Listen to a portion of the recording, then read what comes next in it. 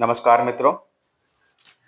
ओम त्रिहरि एस्ट्रोवर्ड के माध्यम से आज हम आपके समक्ष माह नवंबर 2025 का ग्रहों का गोचर मेष लगन अथवा मेष राशि वालों के लिए कैसे रहने वाला है, इस संबंध में चर्चा करेंगे। अपनी चर्चा को आगे बढ़ाने से पूर्व हम पूर्व की भांति सबसे पहले मेष लगन के लोगों के बारे में जान लेते हैं कि कैसा व्यक्तित्व होता है उनका, क्या उनमें गुण होते हैं, क्या विशेषताएं होते हैं। इन सब के बारे में एक बार पुनः हम संक्षेप में जान लेते हैं। जैसा कि हम आप सब जानते हैं कि काल पुरुष की कुंडली का प्रथम भाव, काल पुरुष की कुंडली का जो प्रथम भाव है उसको इंगित करता है एक नंबर राशि, यानी कि मेष, एरीज, मेष राशि अथवा मेष लगन। तो एस्ट्रोलॉजी की शुरुआत जो है वो प्रथम भाव से ही होती है काल पुरुष की कुंडली के, और जितने भी लोग मेष लगन या मेष राशि के हैं वो सब काल पुरुष की कुंडली के प्रथम भाव का प्रतिनिधित्व करते हैं। यह राशि इसलिए और विशेष है क्योंकि एस्ट्रोलॉजी यहीं से शुरू होती है। फर्स्ट एक नंबर राशि से ही हमारी एस्ट्रोलॉजी या कह लीजिए ज्योतिष शुरू होती है। ये एक मूविंग साइन होता है, यानी कि चर स्वभाव राशि होती है। चर स्वभाव का मतलब कि एक जगह पर टिक के ना रहने वाले, यानी कि थोड़ा चल फिर के, थोड़ा मूविंग टाइप लोग होते हैं। अगर हम बात करें तत्व की, तो ये अग्नि फायर एलिमेंट साइन होता है, यानी कि अग्नि तत्व प्रधान जो है ये राशि होती है। तो ऐसे लोग की जो इम्यूनिटी पावर होती है वो बहुत और लोगों की अपेक्षा बहुत ज़्यादा स्ट्रांग होती है। ये कोई भी बीमारी, कोई भी परेशानी से बहुत जल्दी रियलाइज कर लेते हैं, बहुत जल्दी जो है रिकवर कर लेते हैं, क्योंकि इम्यूनिटी इनकी गजब की होती है। जितनी भी अग्नितत्व प्रधान राशियां होती है उन सब की इम्यूनिटी बाकी राशियों की अपेक्षा अधिक होती है, अधिक स्ट्रांग होती है। मैं कहूँ सबसे ज्यादा स्ट्रांग इम्यूनिटी किसी को होती है तो अग्नि तत्व प्रधान यानी कि फायर एलिमेंट जोडिक साइन वालों की होती है।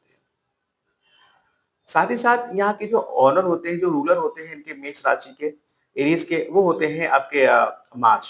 मार्स मतलब मंगल देव। मंगल देव भी स्वयं एक अग्नि तत्व प्रधान ग्रह है। तो इसलिए दोनों ही इनका जो राशि है वो भी फायर एलिमेंट हो गई, और इनका जो स्वामी है उसका जो उनका जो एलिमेंट है वो भी फायर एलिमेंट है। तो इस तरीके से एक आग, एक अग्नि तत्व इनके जो है आचरण में होता है। इसके अलावा क्योंकि मंगल यहाँ आ गए, तो मंगल क्या है, मंगल एक एनर्जी देते हैं, यानी कि कभी ना थकने हारने वाली एनर्जी। तो ऐसे लोग बहुत ज्यादा एनर्जेटिक होते हैं, स्पोर्ट्स के शौकीन होते हैं। कोई भी स्पोर्ट्स ले लीजिए जिसमें भागना दौड़ा शामिल हो, क्रिकेट हो गया, बैडमिंटन हो गया, किसी भी तरीके का कोई भी स्पोर्ट्स, यानी कि स्पोर्ट्स लवर होते हैं, नेचर लवर होते हैं।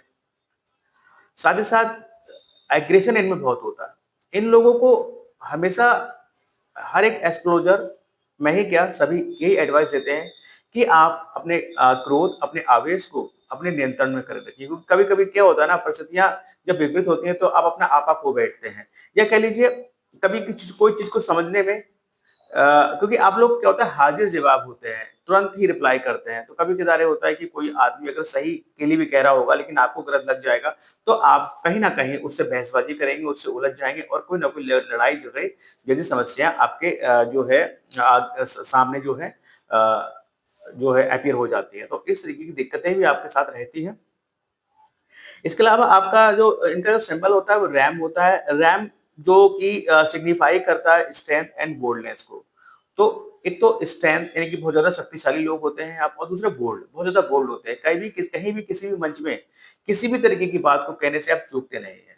आपको झूठ पसंद नहीं होता है। आपको आप चाहते हैं कि जैसे मैं सच्चा हूं वैसे हर कोई मेरे साथ सच्चाई सही जो है बर्ताव करे। इस तरीके का नेचर आपका होता है। आप ट्रू फ्रेंड्स होते हैं। परिस्थिति चाहे कुछ भी हो, अगर आपने किसी से मित्रता कर ली है तो चाहे वो सही हो या गलत हो, आप कभी उसका हाथ नहीं छोड़ते। इस तरीके का एक दृढ़ संकल्पी मित्रता का भाव आपके अंदर जो है विराजमान रहता है। इसके साथ ही देखिए आप लोग बहुत पैशनेट होते हैं, बहुत एनर्जेटिक होते हैं, बहुत एग्रेसिव होते हैं। ये सब चीजें तो आप मंगल के द्वारा, मंगल की देन होती है। और बस थोड़ा-सा बस करना यही है कि भई आप लोग थोड़ा-सा अपने कंट्रोल कीजिए, अपने क्रोध को, अपने एंगरनेस को, बस इतना सा आपको करना होता है, अदरवाइज़ आप बहुत सक्सेस होते हैं अपनी लाइफ़ में। और इसके अलावा जो है आपके, मैं कहूँ तो नक्षत्रों की बात करूँ तो अश्विनी, भरणी और कृत्तिका। अश्विनी मतलब केतु, भरणी मतलब शुक्र, कृत्तिका मतलब सूर्य, यानी कि केतु, शुक्र और सूर्य ये मेन जो ग्रह हैं, और साथ में मंगल भी आ गए क्योंकि वो आपके रूलर हैं, ओनर हैं। तो इस तरीके से मैं कहूँ सूर्य, मंगल, शुक्र और केतु, ये 4 एक बड़े ग्रहों, बड़े जो प्लैनेट हैं हमारे एस्ट्रोलॉजी में, प्लैनेटरी सिस्टम में आप अ, का प्रतिनिधित्व करते हैं, या कह लीजिए आप उनका प्रतिनिधित्व करते हैं। इन सब के गुण आप में समाहित होते हैं, आपके आचरण में, आपके व्यवहार में, आपके शरीर में। तो इस तरीके की पर्सनैलिटी जो है मेष लगन के लोगों की होती है। साथ ही साथ देखिए, मैंने एक चीज़ कही थी कि आप लोग अपने क्रोध और आवेश में आकर चीज़ों को बिगाड़ लेते हैं कभी-कभी। उसका देखिए सीधा-सा रीज़न है कि देखिए जो मेष वाले होते हैं उनके फर्स्ट हाउस में 1 नंबर राशि पड़ी होती है और उनके 8th हाउस में जो है 8 नंबर राशि पड़ी होती है। तो कहीं न कहीं झंझट या संघर्ष थोड़ा बहुत जीवन में इनके रहता ही रहता है। हालाँकि हमारे एस्ट्रोलॉजी में रूल की जो एक ग्रह अगर अच्छे ग्रह का मालिक है और दूसरा बुरे ग्रह का मालिक है, तो वो ग्रह बुरा नहीं माना जाता, अच्छा माना जाता है। क्योंकि कहीं-कहीं यहाँ पर एक भ्रांतियाँ हैं, लोगों के बीच में इस चीज़ को लेकर डाउट्स हैं कि भई मेष लगन वाले हैं तो उनका फर्स्ट हाउस और 8th हाउस दोनों के जो ओनर हो गए वो मंगल देव हो गए। तो इसलिए वो मंगल को जो है आधा अच्छा मानते हैं और आधा बुरा मानते हैं। लेकिन ऐसा यहाँ नहीं सोचना है, क्योंकि मंगल आपके लग्नेश हैं और आपके ओनर हैं। तो वो अगर अष्टम भाव के स्वामी हैं तो वहाँ पर फर्स्ट हाउस के लॉर्ड भी हैं। तो वे एक शुभ ग्रह ही कहे जाएँगे। अगर ये अष्टम भाव में भी है तब भी वो उतने प्रभाव खराब नहीं देंगे, क्योंकि आपके लगने से तो कहीं न कहीं आपकी आयु की और आपके मान-सम्मान की, आपके संघर्षों में कमी करेंगे। आयु और मान-सम्मान की वृद्धि करेंगे, लेकिन संघर्षों में कहीं न कहीं आपको इतनी शक्ति भी दे देंगे कि आप उनको फेस कर कर अपने जीवन में जो है आप आगे बढ़ें। तो इस चीज़ की अगर दिमाग में कोई डाउट्स है तो आप उसको निकाल दें कि ये मंगल है और मेष में है तो अष्टम भाव के स्वामी भी, इसलिए ये अच्छे ग्रह नहीं कहेंगे, नो डाउट ये अच्छे ग्रह ही हैं आपके लिए। तो एक छोटा-सा एक हाँ, सारांश रहा आपका कि मेष लगन वालों के लिए कि मेष लगन वाले लोग कैसे होते हैं। इसके बाद हम अपने मुख्य जो है टॉपिक पर चलते हैं कि महानवंबर 2025 का जो ग्रहों का गोचर है वो मेष लगन वालों के लिए कैसे रहने वाला है। अब देखिए, ये चार्ट है हमारा नवंबर का, प्लेनेट का ट्रांजिट का, एरीज असेंडेंट का। अब देखिए लग्नेश, लग्नेश की भूमिका क्या है? देखिए लग्नेश अष्टम भाव में बैठे हुए हैं, यानी कि लग्नेश मंगल अष्टम भाव में बैठे हैं, और अष्टम भाव में किसके साथ बैठे हैं? ये आपके थर्ड और सिक्स लॉर्ड के यानी मरकरी के साथ बैठे हुए हैं। मरकरी जिनसे इनका शत्रु व्यवहार होता है, ये मतलब यहाँ पर हालांकि अब स्व राशि में है, अष्टम भाव में, नो डाउट कोई इशू नहीं, लेकिन साथ में यहाँ पर पीड़ित भी है। देखिए, मैंने बोला कि फर्स्ट और एथ लॉर्ड होकर मंगल आपके शुभ ग्रह है, नो डाउट शुभ ग्रह, क्योंकि केंद्र के स्वामी भी है और अष्टम के, लेकिन ये शुभ माने जाएंगे। कोई भी ग्रह जब दो राशियों का मालिक होता है तो बाय डिफॉल्ट अधिक चांस रहता है कि एक राशि इसकी केंद्र में पड़ जाती है और एक राशि उसकी 6, 8, 12 में पड़ जाती है। तो उसको लेकर हमें भ्रांति नहीं फैलानी, हमें भ्रमित नहीं रहना है कि वो 12 बुरा ग्रह है, वो अच्छा ग्रह कहलाएगा। अब देखिए यहाँ पर मंगल सौ राशि के होकर अष्टम भाव में बैठे हुए हैं। मंगल है आपके लग्नेश है, तो कहीं ना कहीं ये अष्टम भाव आपकी आयु का भाव होता है।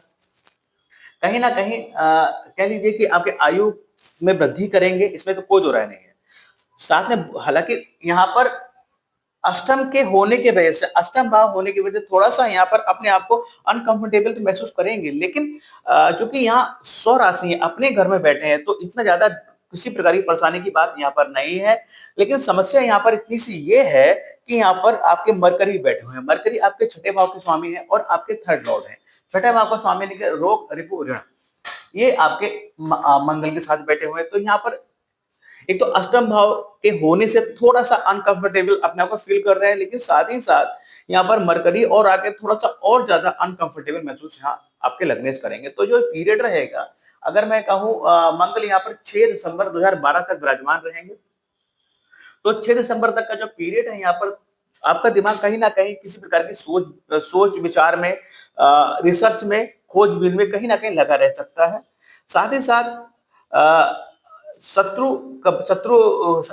शत्रु भी यहाँ बैठा हुआ है आपके साथ, तो कहीं ना कहीं थोड़ा सा अलर्ट रहने की जरूरत है। किसी न किसी प्रकार के कोई छोटे मोटे बीपी वगैरह या थोड़ा बहुत समस्या आपको हो जाए आपके स्वास्थ्य से रिलेटेड, या पॉसिबिलिटी एक ये भी है कि आप लोग क्या है, देखिए मंगल है, मंगल स्पीड का कारक होता है। आप लोग जब भी वाहन चलाते हैं बहुत तेजी से चलाते हैं।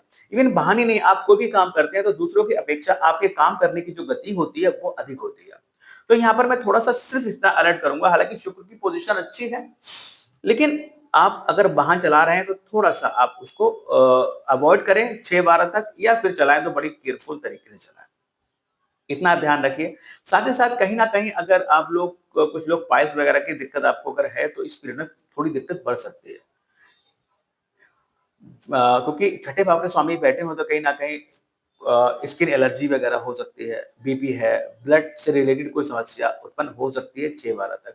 साथ ही साथ यहाँ पर थोड़ा अलर्ट आपको और रखना पड़ेगा। एक तो आपको वाहन चलाते समय बड़ी सावधानी बरतनी पड़ेगी, वाहन ना चलाएं वही बेहतर है। इसके अलावा देखिए, मंगल यहाँ पीड़ित हो रहा है, कहीं ना कहीं डिस्कंफर्टेबल तो हो रहा है, बहुत ज्यादा पीड़ित मैं नहीं कहूंगा, अपनी राशि है, भाव को देखते हुए और जो शत्रु ग्रह के साथ बैठे हो युति बनाकर, इन सबको देखते हुए।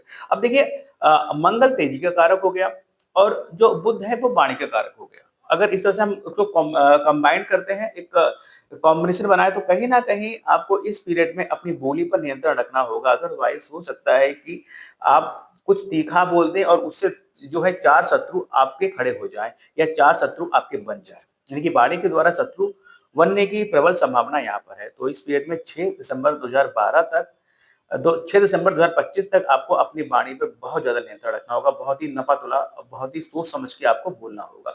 कोई अगर उकसाने की कोशिश करे तो आप उसको अवॉइड कीजिए, इतना ध्यान रखिए आप। पॉसिबिलिटी देखिए यहाँ पर यह है कि अगर कोई प्रॉपर्टी वगैरह काम करते हैं तो उसमें देखिए कहीं ना कहीं इस पीरियड में बुध देव कहाँ तक है, देखिए बुध जो है आपके यहाँ पर आई मीन 22 नवंबर तक बुध यहाँ रहने वाले हैं। तो 22 नवंबर तक कोई भी अगर डील करें तो थोड़ा सा केयरफुल होकर करें, डॉक्यूमेंट्स वगैरह चेक कर लें। देखिए पॉसिबिलिटी देखिए ये है कि हो सकता है आप कोई प्रॉपर्टी खरीदें, या आपका कोई रियल एस्टेट का काम है तो कहीं ना कहीं कोई विवादित प्रॉपर्टी वगैरह आप खरीद सकते हैं और बाद में जाके समस्या आएगी। बुध डॉक्यूमेंटेशन का कारक भी होता है, इसलिए मैं कहूंगा कि आप जो है अच्छे तरीके से पेपर्स वगैरह आप देखकर ही चीजें प्रॉपर्टी में आगे बढ़े। अदरवाइज डिनाई कर दें। ओवरऑल 22 नवंबर तक का तो पीरियड है ही डेडलाइन, लेकिन मैं कहूंगा 6 दिसंबर तक आप इस चीज को थोड़ा डिनाई कर सकते हैं तो कर लीजिए। ये आपके लिए हित में होगा, ये आपके हित के लिए होगा।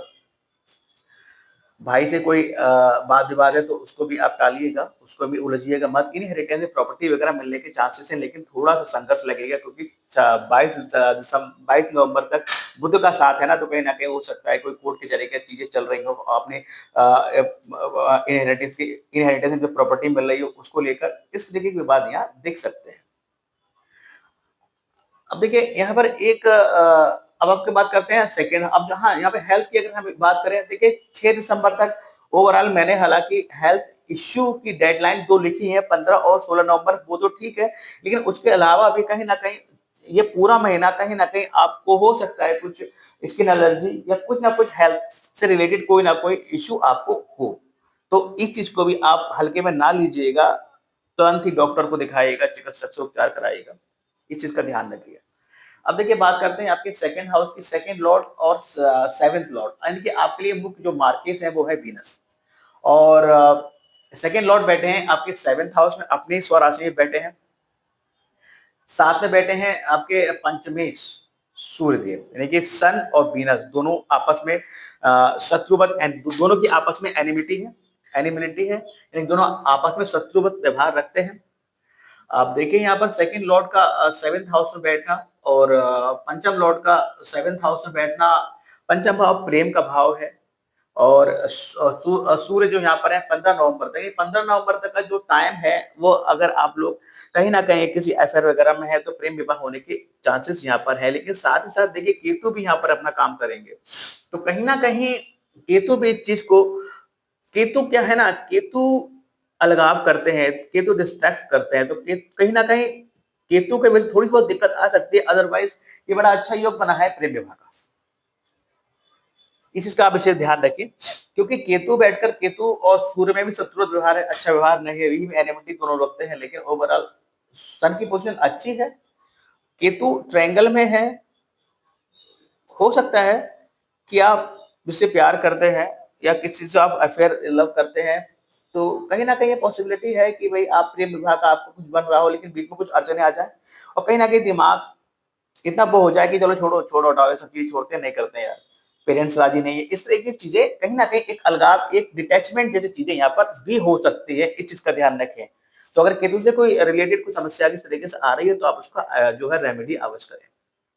अब देखिए यहाँ पर वीनस की बात करते हैं, तो कहीं न कहीं मैं कहूँ कि सन और वीनस, सन की बात मैंने कर दी, वीनस की बात करो, वीनस आपके सेकंड लॉर्ड होकर यहाँ आ गए, यानी कि विवाह जब आपका मतलब आपके जब आप मतलब धन की प्राप्ति, सेकंड जो हाउस होता है वो आपका मनी कैश मनी का होता है, मनी सेविंग का और धन का होता है, तो कहीं न कहीं पत्नी के माध्यम धन की प्राप्ति। चूँकि सन भी यहाँ बैठे हुए हैं, तो हो सकता है आपका जो स्पाउस हो वो कोई ना कोई सरकारी जॉब में हो या फिर किसी न किसी सरकारी ऐसे उपकरण से जुड़ा हो, जहाँ से उसको अर्निंग हो रही हो। तो इस तरह की सिचुएशन में यहाँ भी बन रही है। हेल्थ का मैं इश्यू इसलिए नहीं कहूँगा क्योंकि सेकंड और सेवेंथ लॉर्ड एक ही ग्रह हैं, वो वहाँ बैठे हुए हैं। अपने स्वराशि के तो हेल्थ का इतना ज़्यादा इश्यू नहीं रहेगा, लेकिन फाइनेंशियल पॉइंट ऑफ व्यू से ये अच्छा आपके लिए पीरियड रहेगा। वीनस जब तक यहाँ बैठे हुए हैं, वीनस आपके जो है तुला में 25 नवंबर तक यहाँ बैठे हैं, ओवरऑल पूरे महीने यहाँ बैठे हैं, 2 नवंबर से 25 नवंबर तक बैठे हैं। तो कहीं न कहीं अगर आप कोई व्यापार कर रहे हैं, कोई पार्टनरशिप का व्यापार आप अगर अगर अगर आपका है और तो कहीं न कहीं उसमें आपकी पत्नी का, आपके स्पाउस का भी इन्वॉल्वमेंट हो सकता है और धन की मतलब फाइनेंशियल पॉइंट ऑफ व्यू से ये पीरियड अच्छा है। क्योंकि देखिए जुपिटर भी उच्च के होकर बैठे हैं 4th हाउस में, तो नए-नए व्यापार के ऑफर भी आ सकते हैं। तो overall financially point of view से बिज़नेस के पॉइंट ऑफ व्यू से ये एक अच्छा योग बना यहाँ पर हुआ है। बात करते हैं आपके थर्ड हाउस की। थर्ड लॉर्ड देखिए आपके बैठे हैं, थर्ड लॉर्ड आपके मरकरी बैठे हैं आपके अष्टम भाव में। यानी कि भाई बहनों से या पड़ोसियों से किसी किसी चीज को लेकर कुछ ना कुछ मनमुटाव या फिर अचानक से सडन कोई ऐसी चीजें हो सकती हैं कि दोनों में दूरियां बने, इस तरह की चीजें यहाँ रह सकती है। लेकिन आप अगर अष्टम भाव से रिलेटेड कोई भी काम कर रहे हैं, तो कहीं ना कहीं आपको जो है छोटी मोटी यात्राएं यहाँ मरकरी दे सकते हैं। ओवरऑल बात करते हैं 4th हाउस की। देखिए 4th हाउस में जो जुपिटर बैठे हैं, जुपिटर देखिए आपके भाग्येश और आपके व्ययेश हैं, यानी कि 9th और 12th लॉर्ड होकर जुपिटर उच्च के होकर 4th हाउस में बैठे हैं। एक अच्छी पोजीशन है, हालांकि यहाँ से ये नवम भाव से अपने अष्टम है और ये आपके जो है पंचम और 12th हाउस से पंचम है। जुपिटर उच्च के हैं, पोजीशन अच्छी है, भाग्येश का उच्च का होकर बैठना 4th हाउस में नो डाउट अच्छी पोजीशन है। हालांकि अपने से अष्टम है, चीजें सारी होंगी, बढ़िया रहेगा, यानी कि जो आपके घर में जो वातावरण होगा वो बड़ा ही अच्छा रहेगा, बहुत पीसफुल वातावरण रहेगा। अगर आप प्रॉपर्टी वगैरह लेने की सोच रहे थे, वाहन वगैरह लेने की सोच रहे थे, तो यहाँ पर जुपिटर जो है आपके 18 अक्टूबर से यहाँ आने वाले हैं। 18 अक्टूबर से, यानी कि ओवरऑल हम नवंबर की बात कर रहे हैं, तो ये पूरे अभी तो जो है ये 10 यानी कि जो जुपिटर है वो 4 दिसंबर 2025 तक यहाँ रहेंगे। इस बीच ये 11 नवंबर को रेट्रो होंगे और फिर जो है 11 नवंबर को रेट्रो भी हो जाएंगे, यानी कि 11 नवंबर तक का जो पीरियड रहेगा वो आपके जो है कहीं ना कहीं प्रॉपर्टी, वाहन या घर में जो है एक क्या बोलते हैं एक अच्छा एटमोसफियर बना बना बना रहेगा। हो सकता है कि आप माता के साथ कहीं ना कहीं कोई रिलीजियस ट्रेवलिंग पर भी जाएं, इस तरह की चीजें रह सकती है। घर में कोई धार्मिक अनुष्ठान भी हो सकता है। उसके बाद ये बकरी हो जाएंगे 11 नवंबर को, तो फिर से ये जो है थर्ड हाउस में चले जाएंगे। पुरानी वाली पोजीशन जो अब तक चल रही थी वही दिखेगी, लेकिन ओवरऑल यहाँ जब तक जुपिटर यहाँ जब तक बैठे हुए हैं, हालांकि लंबे यहाँ रहेंगे, बीच बीच में बकरी वगैरह रहेंगे, ये सब चीज रहेंगी। और इसके अलावा देखिए मैं बात करता हूँ कि जुपिटर जो है आपके 12th लॉर्ड भी है। 12th लॉर्ड होके यानी कि प्रॉपर्टी वगैरह अगर बेचने का कुछ सोच रहे थे तो उसके भी योग यहाँ पर है। वाहन वगैरह बेचने की सोच रहे थे तो उसके भी योग यहाँ पर है। हालांकि यहाँ पर देखिए बात करते हैं स्टूडेंट के लिए थोड़ा टफ हो जाएगा, क्योंकि जुपिटर उच्च के तो है लेकिन वो पंचम भाव से जो है द्वादश हो गए हैं, तो कहीं ना कहीं जुपिटर का इतना सपोर्ट जो है, आप अगर स्टूडेंट है तो आपको पढ़ाई में नहीं मिलेगा। मेहनत करेंगे लेकिन थोड़ा सा एफर्ट ज्यादा डालना पड़ेगा आपको। बात करते हैं आपके शुक्र की, अब बात करते हैं आपके 4th हाउस की। फोर्थ हाउस में मैं बोल दिया कि जुपिटर उच्च का है। पंचम भाव की बात करते हैं, पंचम लॉर्ड बैठे हैं सप्तम भाव में, प्रेम विवाह का योग बना हुआ है, नो डाउट। केतु पंचम भाव में बैठे हैं, देखिए मैंने बोला कि जुपिटर पंचम भाव से 12th हो गए, साथ में केतु बैठ गए, तो कहीं ना कहीं केतु भी अलगाव करते हैं। आप अगर स्टूडेंट है तो वैसे भी आपके लिए थोड़ा सा टफ इस समय चल रहा होगा, क्योंकि जुपिटर आपको सपोर्ट नहीं कर रहे हैं, और उसके अलावा केतु और बैठ गए। जब केतु यहाँ और बैठ जाएंगे तो कहीं ना कहीं आप अपने पाठ्यक्रम को लेकर कहीं ना कहीं भ्रमित होंगे, कहीं ना कहीं पढ़ाई छोड़ने की सोचेंगे या कुछ बदलाव करने की सोचेंगे। तो इस चीज का विशेष ध्यान रखिए, 5 दिसंबर 2026 तक केतु यहाँ रहेंगे। आप बहुत ज्यादा भ्रमित नहीं होइएगा, मन को थोड़ा सा अपना स्ट्रॉन्ग करके रखिएगा। और अगर आप मेरा वीडियो देख रहे हैं तो आप इस चीज से बिल्कुल श्योर हो जाइए कि 1 साल तक कहीं ना कहीं आपका मन थोड़ा भटकेगा। दिसंबर 2026 तक का पीरियड है वो थोड़ा टफ रहेगा।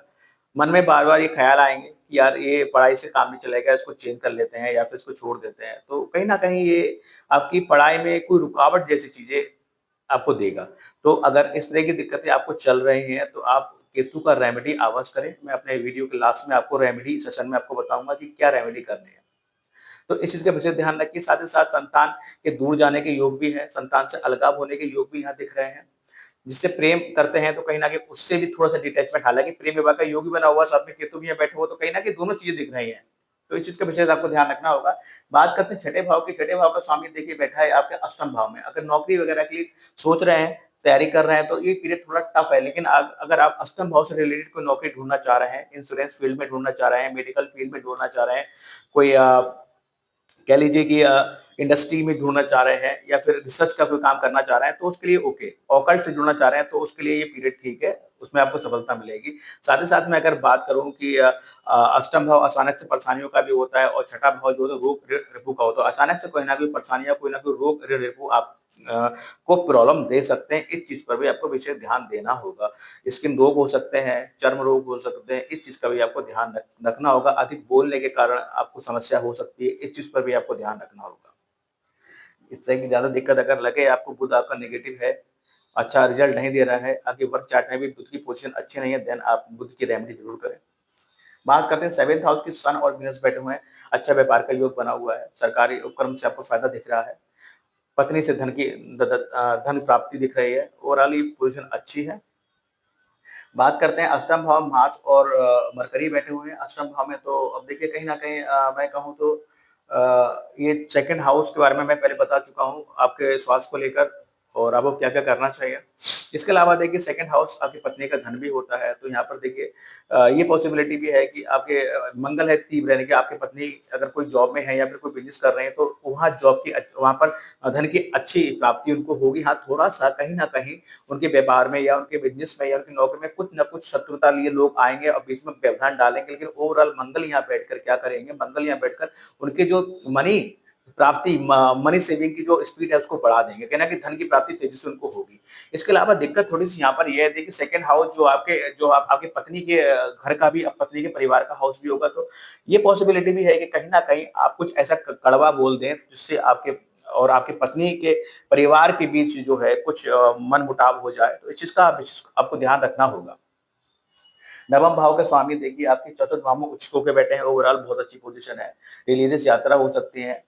हायर स्टडी में आपको जो है गुरुदेव बृहस्पति की जो है कृपा मिलेगी। और ओवरऑल पिता का घर भी यही है, तो ओवरऑल कहीं न कहीं आपको अपने 4th हाउस से रिलेटेड, यानी कि आपके सुखों को वृद्धि के लिए कहीं न कहीं पिता का सहयोग भी यहाँ पर मिलते हुए दिख रहा है। बात करते हैं आपके 10th हाउस की, देखिए 10th और 11th लॉर्ड सैटर्न बैठे हुए हैं 12th हाउस में। सैटर्न इस समय रेट्रो चल रहे हैं जो कि 27 नवंबर तक रेट्रो रहेंगे। तो 27 नवंबर तक का पीरियड तो आपके लिए जैसे बेहतर अभी जा रहा था, ठीक जा रहा था, क्योंकि इनका एस्पेक्ट जो है 11th हाउस पे है, लेकिन जैसे ही 28 नवंबर आएगा ये मार्गी हो जाएँगे। यानी कि ये मार्गी हो जाएँगे, देन दिक्कतें थोड़ी आएँगी। यानी कि अगर आपको, यानी कि आप के व्यापार आपके अगर आप जॉब में हैं या कोई व्यापार करते हैं तो हो सकता है अगर आपके व्यापार विदेश से लिंक्ड हो या कहीं न कहीं विदेश का इन्वॉल्वमेंट, फ़ॉरेन का इन्वॉल्वमेंट हो या फिर ऐसी दूर जगह से इन्वॉल्वमेंट हो जो आपके कल्चर से बिल्कुल डिफरेंट है, then it is okay. I think it will be okay, otherwise दिक्कतें आएँगी। कहीं न कहीं आपकी चैलेंजेस आपको आपके काम में, आपके व्यापार में बढ़ते हुए दिखाई देंगे। इस चीज़ का आपको थोड़ा ध्यान रखना होगा। और यहाँ से बैठकर सेकंड हाउस को भी देख रहे हैं अपनी तीसरी दृष्टि से, तो कहीं न कहीं घर से दूर जाने के योग भी यहाँ पर दिख रहे हैं। तो इस चीज़ का आपको ध्यान रखना होगा। साथ ही साथ अगर आप कोई स्टेट एटीएम वगैरह में इन्वेस्टमेंट करना चाह रहे हैं तो थोड़ा-सा धैर्यपूर्वक सोच समझ के कीजिएगा। क्योंकि शनि बैठे हैं अचानक से बगैर सोचे समझे अगर कोई इन्वेस्टमेंट करेंगे तो अच्छा फल यहाँ ना मिले, ये ज़्यादा मतलब हालाँकि शनि सैटर्न आपके लिए अच्छे ग्रह हैं यहाँ पर क्योंकि केंद्र के स्वामी हैं, 11th लॉर्ड भी हैं। लेकिन फिर भी आपको थोड़ा सतर्क होकर रहना पड़ेगा क्योंकि केतु भी पंचम भाव में बैठे हुए हैं।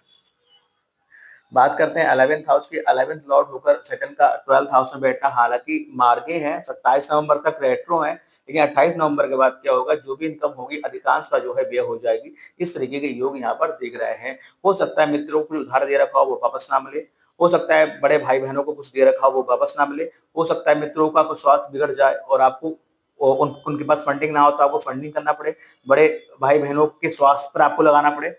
इस तरीके की चीजें कहीं न कहीं आपके साथ हो सकती है। 12th लॉर्ड अब देखिए 11th हाउस में राहु बैठा हो और राहु यहाँ पर राहु की पोज़ीशन यहाँ पर one of the best position Rahu की यहाँ कही गई। यहाँ से जो राहु है कनेक्ट करते हैं आपके 3rd हाउस को कनेक्ट करते हैं, आपके पंचम भाव को कनेक्ट करते हैं, आपके सप्तम भाव को। तो पंचम सप्तम को भी कनेक्ट कर रहे हैं, तो प्रेम विवाह का एक तो योग ये बना रहे हैं, ठीक है? साथ ही आपके 3rd हाउस को आपके पराक्रम को भी बढ़ा रहे हैं। अगर आप कोई भी काम ऑनलाइन स्टार्ट करना चाह रहे हैं तो आप इस पीरियड में कर सकते हैं। 5 दिसंबर 2026 तक का पीरियड अच्छा है। राहु क्या है ना, राहु एक इल्यूजन है, ये चीजों को इतना स्प्रेड कर देता है। आप इतना ज्यादा अपने अब राहु आपके 11th हाउस में बैठा है तो आप जो है इतना ज्यादा अटैच्ड होंगे कि मैं आपके नए-नए इनकम के रिसोर्सेज बढ़ाऊं। ये खास बात है राहु की। विदेश से इनकम राहु यहाँ करा सकता है। मैंने कहा सैटर्न आपके 12th हाउस में, आपका 10th लॉर्ड होकर 12th हाउस में अभी रेट्रो है, 28 नवंबर दिमागी हो जाएगा। देन कहीं ना कहीं हो सकता है कि आपने व्यापार था, अपने काम के माध्यम से आप विदेश जाए या विदेश से आप लिंक करें और वहां से आपको फॉरेन मनी में आपको जो है इनकम प्राप्त हो, क्योंकि राहु यहाँ बैठा हुआ है। तो ये इस तरीके की चीजें भी यहाँ पॉसिबिलिटी है। 12th हाउस में सैटर्न है। 12th हाउस को सैटर्न मैंने बोला कि कहीं ना कहीं अभी रेट्रो है, 28 नवंबर के बाद कहीं ना कहीं आपके चैलेंजेस बढ़ेगा। इसके अलावा देखिए ग्रह कुछ राशि बदल रहे हैं। सूर्य की बात करें, सूर्य 15 नवंबर तक तुला में रहेंगे, उसके बाद सूर्य आपके अष्टम भाव में आ जाएंगे। जब सूर्य अष्टम भाव में आ जाएंगे, पंचम भाव का स्वामी अष्टम भाव में आ जाएगा, तो कहीं ना कहीं थोड़े से पढ़ाई में और अवरोध यहाँ पर दिखाई देंगे। इसके बाद एक बात करते हैं मंगल की। मंगल तो ओवरऑल एक ही राशि में रहेगा, 6 दिसंबर तक ही रहने वाले हैं। अष्टम में इसकी हम बात कर चुके हैं।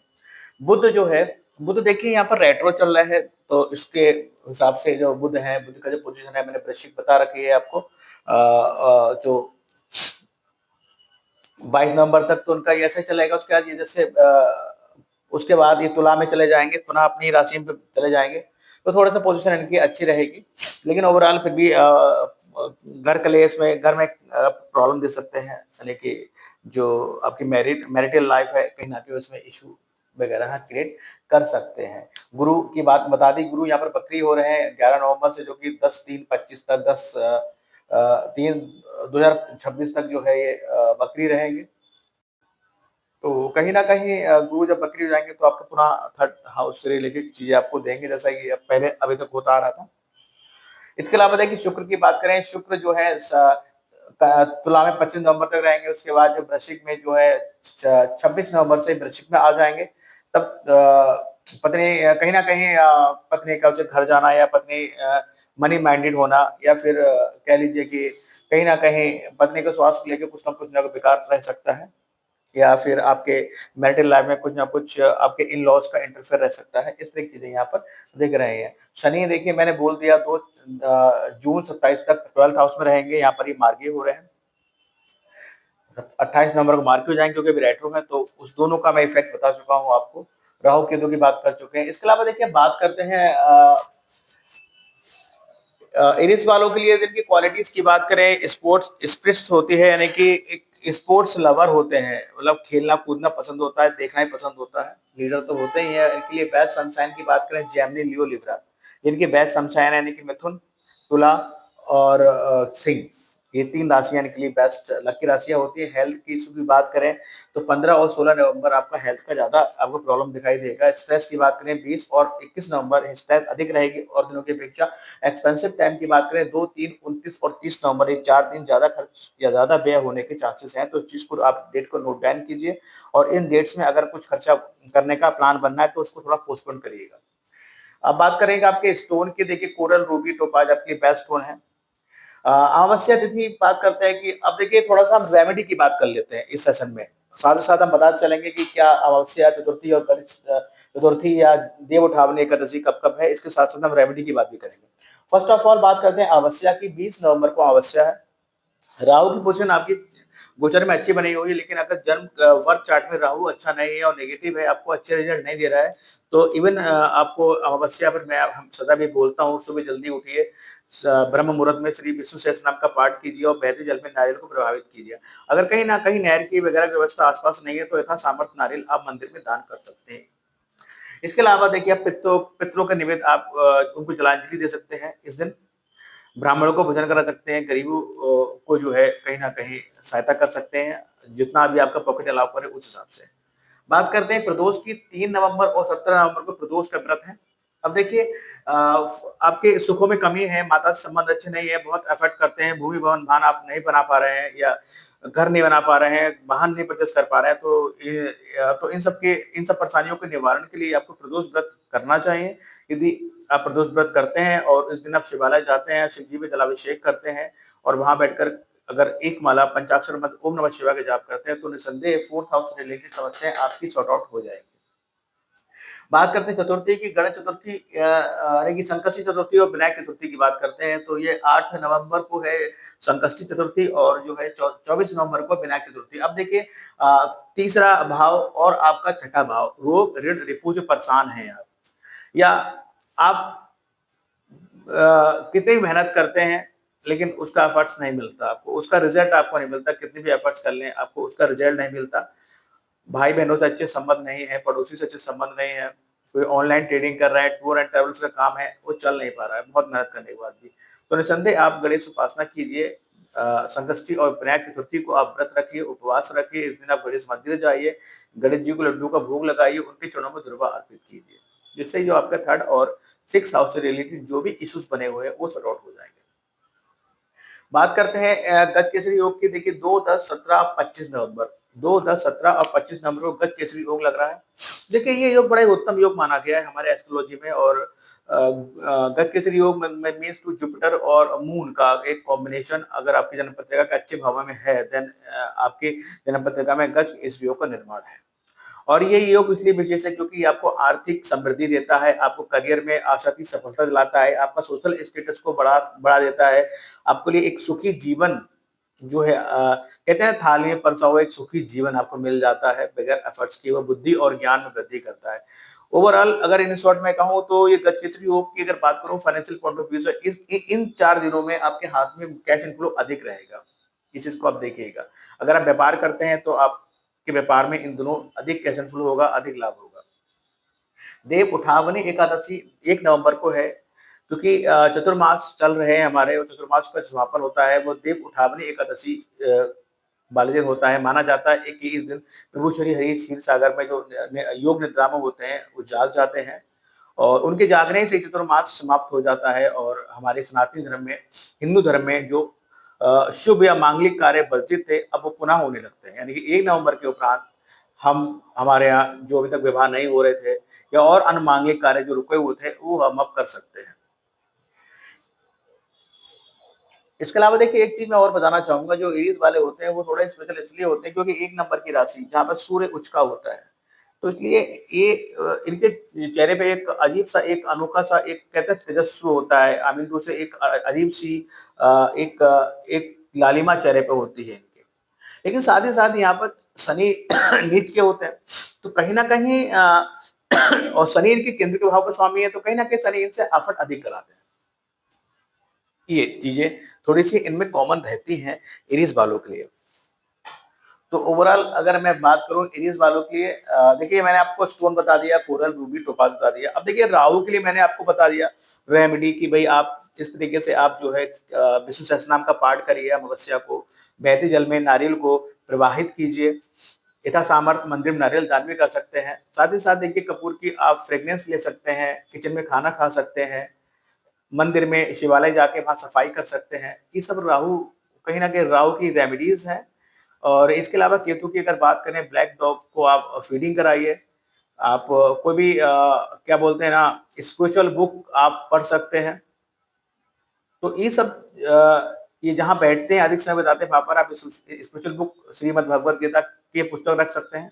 कहीं न कहीं केतु की एक रेमेडी होती है डायरेक्ट इनडायरेक्ट वे में, तो इस तरीके से छोटे-छोटे उपाय कर कर हम इन ग्रहों को हम जो है साध सकते हैं और इनसे अच्छा हम बेनिफिट या अच्छा आउटपुट ले सकते हैं। तो ओवरऑल ये एक छोटा-सा प्रोडक्शन था एरीज़ असेंडेंट के ऊपर कि माह नवंबर 2025 का जो ग्रहों का गोचर है, वो एरीज़ वालों के लिए कैसा रहेगा। वीडियो पसंद आए तो लाइक कीजिएगा और जिन लोगों ने हमारे चैनल ओम श्री हरि एस्ट्रो सब्सक्राइब नहीं किया तो प्लीज़ सब्सक्राइब माय चैनल। साथ ही साथ मैं आपसे आशा करूँगा कि आपके संपर्क में जो भी लोग एरीज़ वाले हैं, उनको ये वीडियो ज़रूर फॉरवर्ड करें ताकि वो जानें कि नवंबर 2025 का जो गोचर है, वो आपके लिए क्या कह रहा है। इसके अलावा देखिए मैं आप सबको से आप सब लोगों से सदैव ही बोलता हूँ कि किसी प्रकार की कोई अगर कोई रेमेडी का इश्यू है, किसी प्रकार की आपके जीवन में कोई समस्या आ रही है और आपको अपना बर्थ चार्ट ज्ञात है, तो आप हमसे संपर्क कर सकते हैं और ये सेवा हमारी बिल्कुल निःशुल्क रहेगी, इसके लिए कोई शुल्क नहीं लिया जाएगा। आप हमारे यूट्यूब पर हमें कमेंट कर सकते हैं। किसी तरीके की कोई परेशानी है, आप हमसे शेयर कर सकते हैं और निसंदेह हमारे ओम श्री हरि एस्ट्रोट के माध्यम से आपको एक अच्छा क्या बोलते हैं, आपको उपाय दिया जाएगा, एक ऐसा रेमेडी दी जाएगा जो आपके जीवन में चल रही समस्याओं को निजात दिलाने में सक्षम होगा। So thank you very much. Radhe Radhe. जय माता दी।